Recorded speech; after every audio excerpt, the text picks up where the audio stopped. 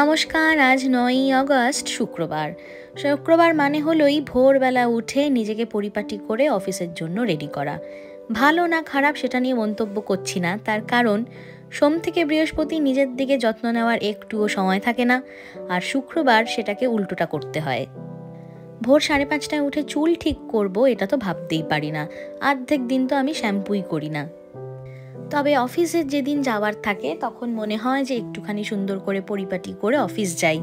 তার কারণ বাকিদের দেখলে পরে আপনারা তো অবাকই হয়ে যাবেন, এরা এত ভোরবেলায় নিজেদেরকে এত সুন্দর মেনটেন করে যে কিভাবে আসে, আমি অবাক হয়ে যাই।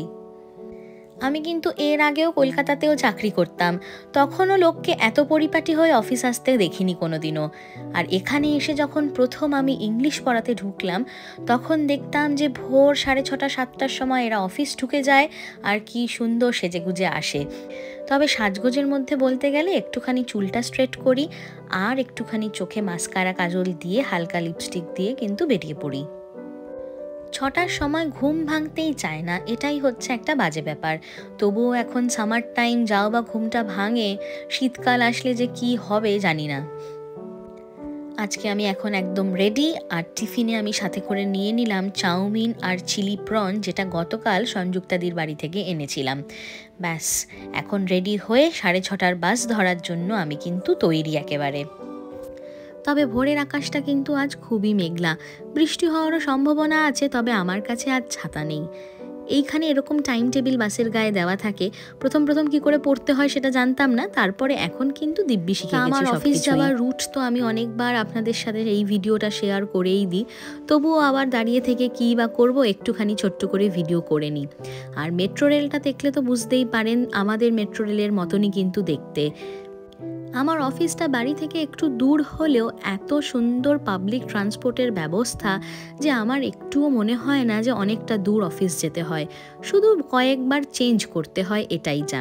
আর কথা বলতে বলতে মেট্রোও এসে গেছে। আজকে কিন্তু আমি পেয়েছি কালারফুল সিট ট্রেনে, যার জন্য ভিডিও না করে পারলাম না। কীরকম সুন্দর রং বেরঙের সিট, এরম ট্রেন কিন্তু আমরা আর যাই হোক কলকাতায় দেখতে পাই না।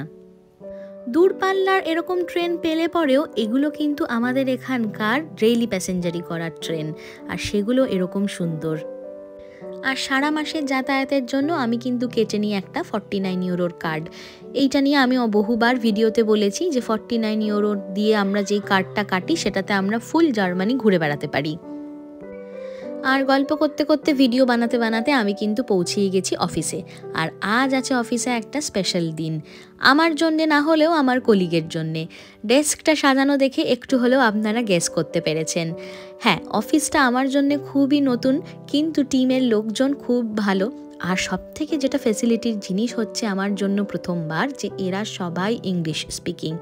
এখানে জার্মানরা যদি বলেও আপনাকে যে আমি ইংলিশ বলতে পারি না, তারপরেও এত স্মুথলি এত ফ্লুয়েন্টলি ইংলিশ বলবে যে আপনি অবাক হয়ে যাবেন।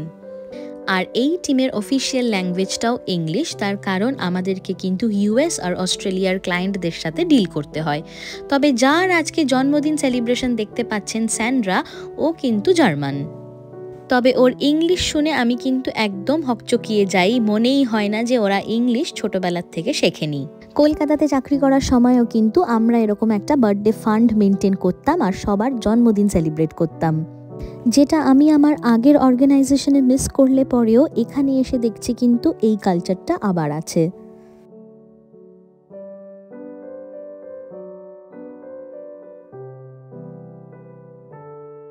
তাই আজকে কিন্তু সকাল সকাল অফিস এসে আমি একটুও বোর হইনি, খুব আনন্দে আমি সব ডেকোরেশন করতে হেল্প করেছি, গিফট প্যাকিং করতে হেল্প করেছি, আর এখন চলছে কিন্তু গিফট আনবক্সিংয়ের পালা।